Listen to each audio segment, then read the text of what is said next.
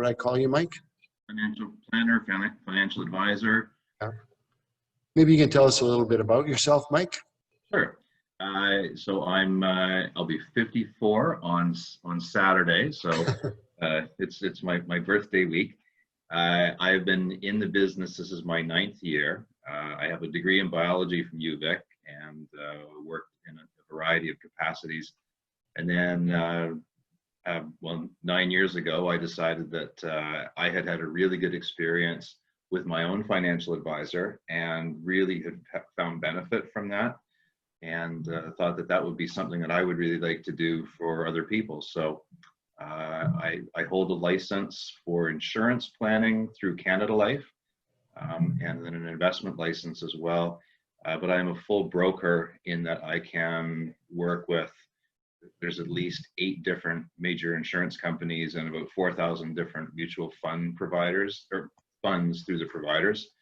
So unlike some of the, if you're stuck just representing one agency or one financial institution, I'm able to try and find the right fit for clients. I focus on, I specialize in the young family market, which is really something that I'm keen to work with. So if someone's just gotten married, just bought a house, just had a child, the kind of people that really don't have access to a lot of solid financial advice, because wealthy people, they can always get lots of that, but I really enjoy helping young families.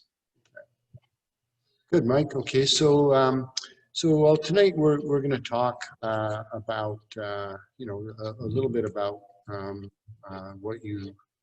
what you do, but especially right now we're faced with some uncertainties like we've never experienced before. And what I wanted to hear from you first of all was just some of the challenges that you hear that people are facing in the financial world right now. Well, you're right, Ken, that these are times like we've never seen before. They're not only with the COVID pandemic that we're in the middle of, and climate change that we're in the middle of, and all the economic impacts that will come from that, as well as political uncertainty. With the provincial election in BC, we may have a federal election within the next 6 months or so, and of course the US election south of the border.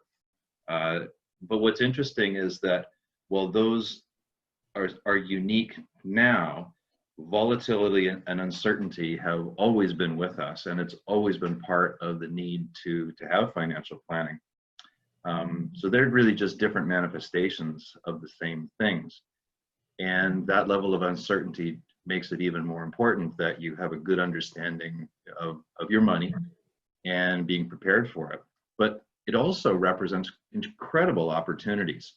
As globalization has increased, we have access to resources and markets across the world. The COVID isolation itself has really increased the flexibility of technology for you and I to have this conversation now. I can meet with clients virtually across the province, in Alberta as well. We can take a look at plans and make changes digitally now. You no longer have to meet people face to face. And so all of those changes themselves represent opportunities for a growing economic availability for people as well. Good. Okay, so that's really interesting that you look at the positive aspects of what's happening right now, and I know everybody, of course, looks at the sees all the headlines, and a lot of that is not especially positive, but there always is opportunity, and it's I think it's important for people to always consider those things as well. Yeah. So what actually is financial planning? And is that something that everybody does? The way that I look at it, Ken, is that financial planning is really just a mindful approach to your finances. It's kind of the difference between going to the gym just for the purposes of working out, or working with a trainer towards a specific goal, like you want to complete a 10K within a certain period of time, or you'd like to reduce your body fat by a certain amount, or you'd like to increase your strength and bench press a certain amount. Most people tend to sort of putter along with their finances without any real awareness of money coming in and money going out, and they hope that someday that they're going to be in a better position. The role of a good financial advisor is to help people put a concrete goal around their finances and be very specific. So instead of saying, well, you know, I'd really like to be able to retire someday, to be able to say, okay, when do you want to retire? That is, how old are you? What's your income like now? How much income do you think you're going to need in retirement? And how much money do we need to have in assets in order to create that income? Or we'd love to go on a vacation cruise around the world in 10 years. Great. How much does that cost? How much money do we need to set aside every month to make it happen? Because I mean, you've seen in your athletic career that unless somebody really works with someone else, they're less likely to achieve those goals than they would be when there's a plan in place.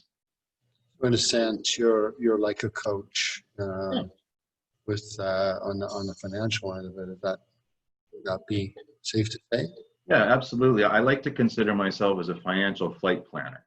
You know, if you were a pilot, you have to file a flight plan before you take off into the air. You don't just get in a plane and see where it goes. But so many people, in fact, fewer than 20%, and these are statistics that I see fairly regularly, that hasn't changed much over time. Fewer than 20% of people work with a financial advisor or anyone they trust, even someone that they regularly see at their bank, much less someone who's a professional like myself. And we see that in our economy. We see high levels of debt, that many people are 2 paychecks away from disaster. And the pandemic has really shown that to be even more crucial. One of the things, and I know we'll talk about the process, but one of the questions, the piece of advice that I give people is to, if you do nothing else, at least have 3 to 6 months of expenses set aside for emergencies or opportunities, because you never know when you may not be able to work for a period of time. And people always say, oh, I'll always be able to find work. I'll never be able to work for 3 months. Yeah. Can you imagine if the federal government hadn't stepped in with these programs, how many people would have really come upon terrible financial times? And we can't trust that they're going to be there either in a few months. So nor should we. Yeah.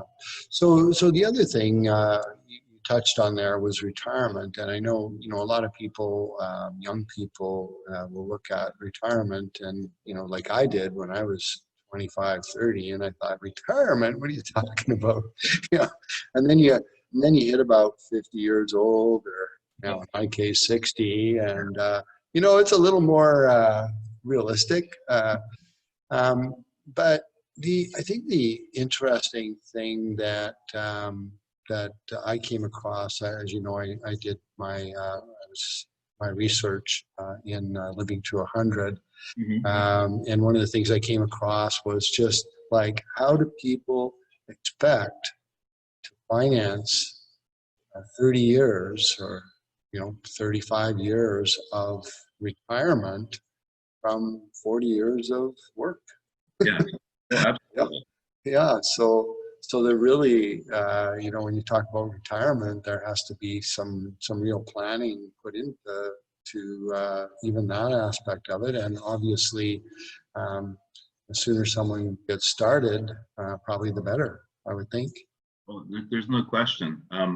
And I would suggest that the idea of retirement has changed as well, because we think about our grandparents. If they were able to retire, they worked until 65, and they might have lived for 5 to 10 years, and then they died. Right. But I would suggest that retirement really is more of being in a position where you're working because you want to work. That is, do I have to go to work on Monday to something I don't like to do because I need the money? or am I working on Monday in something that I'm passionate about, and I'm not really concerned about the income because I have my assets taken care of, and I know that I'm going to continue to grow them. And if something happens, I'll still be okay. Right. Like, I can't imagine for myself that I'm going to reach 65 and just stop working and sit on a beach. I really enjoy what I do, but I may not do it as much as I do now. Maybe spend more time traveling or volunteering. But as you said, when young people don't think of it like that. But one of the things I do in the process is I love to draw pictures and a very simple line drawing. So if I'm sitting with a couple and they're 30, I say, great, you're 30 here. How long do you plan to live? And they say, well, maybe 90, maybe 100. Okay, so 30 to 90, that's 60 years. And when do you want to stop working? Well, I'd like to be able to stop working at 55. So 30 to 55, that's 25 years. Well, now 55 to 90, that's 35 years. So you got 25 years to save for 35 years of living. And during those 25 years, you might buy a house and go on vacation and have a child and have other expenses. So each dollar during those 25 years becomes more and more precious to the last ones. Yeah. So on that note, now obviously when you're 20, you have, or 25 or even 30, you may have other priorities, such as buying a home or raising a family. And so the idea of saving for retirement doesn't seem so important at that time, because you've got all these things right in front of you that you need to deal with. But would it be maybe important for someone to, in a plan, to sort of have, say, you're putting a little bit away in your earlier years, and then as you get, as the kids leave home, as the house gets paid off, those types of things, then of course you can increase your savings at that point. Is that something that would be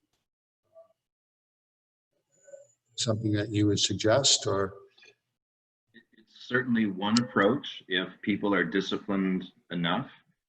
You can also repurpose money, which is, like you said, you've saved for an asset like a house, and then in retirement maybe that house gets sold and creates an income flow as well.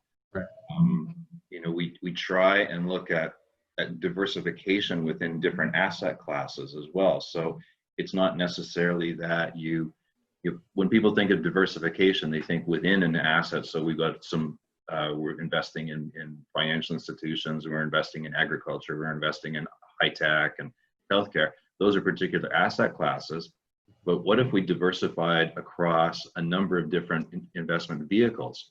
So we're making sure that if you're contributing to a pension at work, is that making sure that it's maxed and efficient? If not, does it make sense to have money saved inside a registered retirement savings plan? Does the tax-free savings account have specific tax sheltering advantages for you as well? I have insurance products that are both risk management, that is, if you get sick or injured and can't work, that you get paid. But if you don't get sick and injured, you get the money back at a certain point of time too. So they also become savings vehicles. So there's all kinds of different ways where we can put your money in, and maybe not all at once. Maybe some things we start sooner rather than later, because they may have more of an impact to you within the next few years. But then they can roll over into a different type of income, like for retirement later on. Okay, good. Does that make sense? It makes a lot of sense, Mike. I know, just when you talk about fitness, which is an area that I'm quite involved with, we talk about, when people are younger, they need to lift weights. They need to, they have that desire to build muscle, and they have an abundance of energy at that point. And then, but as you get older, of course, you start losing that that ability to build muscle the same way. So the focus goes from physical, maybe where you did 80% physical fitness to, as you get into your 40s and 50s, moving towards, maybe 80% mind work and 20% physical work. So it's kind of, when I look at the kind of the parallels of your, say, a financial planner and, say, someone that's helping someone with fitness, people tend to want to do the same thing all the time, but as they age, as they grow, their needs change, and they have to kind of look at what's important for them at that time. Is that kind of what you're? Absolutely. Priorities definitely shift over time. But if I may, I'm going to continue your metaphor that in the early years, when you're in your 20s and you can't wait to get to the gym and you're just packing, you want to see how big and strong that you can get. When you do reach your 40s and 50s, and that tends to wane a little bit, you still banked that ability. And it's not, you can still call upon it. You may never put as many plates on again, but you know that you've got that raw strength that you can build on. But if you never did that in your 20s and then decide, yeah, I'm going to start really lifting weights in my 50s, you've got a much weaker frame to pile that on. Right. So imagine if in your 20s you were saving $500 a month and investing it and getting the compound effect of time to grow that to a much stronger portfolio in your 50s, rather than waiting into your 50s, and now you got to put $3,000 a month aside just to try and get the same amount by the time that you're 60, for example. Right. Good. Yeah. I like it. Thanks. So, what is the process that you take people through initially, and is it painful? People avoid pain, Mike. Yeah, I guess it depends on your definition of pain. For me, it's a very personal process. Everybody's different, so I like to respect that, and I know all of my clients. Many become very good friends. I don't keep a very large book of business, it's called, because I do like that personal approach. So getting to know people and what's important to them is probably the most important part. So the initial part of meeting is just for us to get to know one another, for me to get to know them. They would call you up and yeah. Yeah, so I have an online booking site which we can look at when we get to the end here, and you can go into my calendar and you can identify a half-hour spot, and we can either do a Zoom meeting like this, or we can meet in person if you feel comfortable. And then it's just an opportunity for us to get to know one another, because somebody may not want to work with me. Not everybody resonates with everybody else. And then it's before, like, if you've ever had the experience of walking into a bank and they'll say, well, you need to open an RRSP, and here are the 5 funds that we invest in, and they set you up and off you go.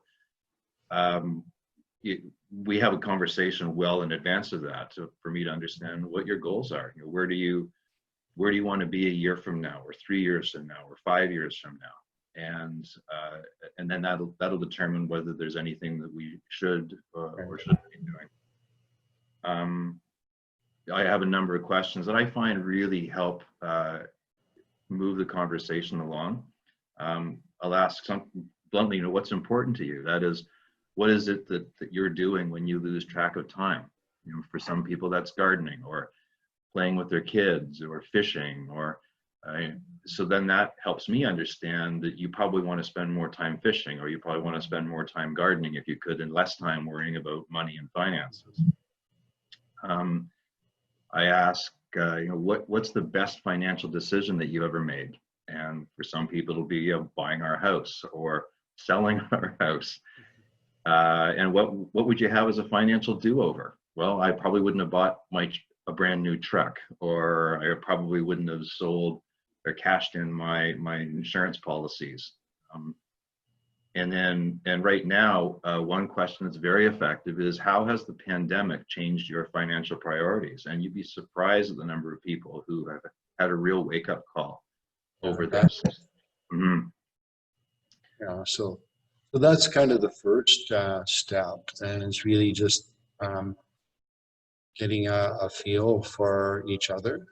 Is that right? And then from there, it's really, what do you do? You're kind of like helping the client paint a picture for themselves, and you know what they really want. Is that, and then you kind of match that with you know, the means of attaining it. Is that kind of the? Yeah, yeah, absolutely. The financial solutions, they're just tools. You know, if you said that you wanting to build a shed, you would use different tools than if you wanted to work on your car. So for me to come out and say, well, you need to get, you know, this kind of insurance, and you need this type of investment, without knowing what it was that you were trying to build, would be irresponsible. So I'm a little different than some financial advisors. I don't spend time budgeting with people. You know, there are great tools for that, and if budgeting is an issue for you, I can make some recommendations or refer to someone who's a budgeting specialist. I find the process I use is most effective if somebody already is somewhat fiscally responsible. That is, that they have they're not spending more than they're earning. So then it would be, we've decided that we want to work together. We have an understanding of the methods, and I understand your goals. And then, you know, people will make a commitment of how much fuel they're going to put into their financial plan every month. Whether it's $25 a month or $500 a month, that's entirely up to them. And then we figure out, okay, based on your goals and your ability to allocate $100 a month, where should we first start to put that has the biggest impact to you over that time? And that helps to create a habit. So here's one of the things, Ken, that is, I find frustrating, is that so many people will not move forward with working with a financial advisor because they feel that it's just, I only have $25 every month, so what's the point? Right. Point is, that $25 starts a habit of setting it aside, and before long, people don't even miss it. They're not even aware that they're putting $25 away, and that becomes $50 in a year, which becomes $100, and that you just build upon, like you said, lifting weights, you're just adding a little bit more. But if we don't start with that $25, it's never going to happen. Well, that's I think very interesting and informative, Mike. Thanks. So my last question is kind of, you know, there's going to be people that watching today, or maybe listening to the podcast or watching the video at a later date, and you know, and maybe somebody who I know, you know, it's no different than someone in, say, the fitness world, is they're thinking, well, I'm going to wait to contact Mike when I do this, or when I get to this point, I'll give Mike a call, or, you know, or when I get that raise, I'll give Mike a call. Or, so let's say that someone's got no savings, or, you know, maybe have three scenarios here. Someone has no savings, or someone has a huge debt load, or someone has hit rock bottom and they're just getting started again. What would you recommend for those people?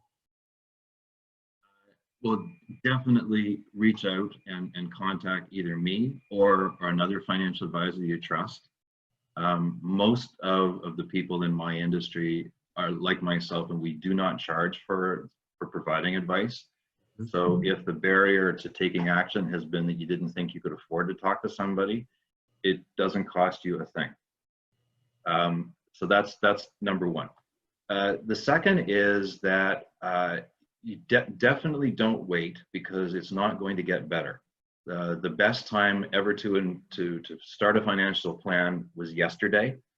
The next best time is today. Tomorrow, it only becomes more difficult. Yeah. If you bet your greatest asset is your ability to earn income. So if you've got an income, yeah, having debt can be a challenge. Not having savings is also a challenge, but your ability to earn income is the one's remedy for both of those circumstances. And since we've been talking about fitness, I would ask, would you, if you really wanted to get into shape, would you wait to go to the gym until you lost weight? Or would it make sense to actually go to the gym and work out as well to help exercise? It might make sense, but a lot of people wait to, I've heard it for, 30 years now. Well, as soon as I lose some weight, I'm going to come in and take a class or yoga. I'm not very flexible, so I won't go to yoga. That's the point. Yeah, exactly. So what you're saying is that no matter what your circumstances are, to talk to someone, and and even if they don't tell you what you want to hear, it's going to be advice that might be very valuable for your future. It's not going to make the circumstances worse. I guarantee that. That's great. Okay, Mike. Well, you're going to share with us something. Oh, pull that up here. I've given you the ability to share your screen. So if I put up, I apologize to the audience here.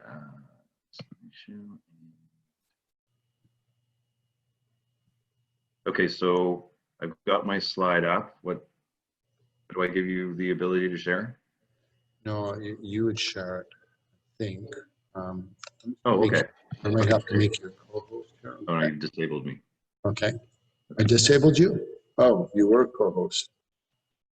I got it now. Oh, yeah, you've got it now.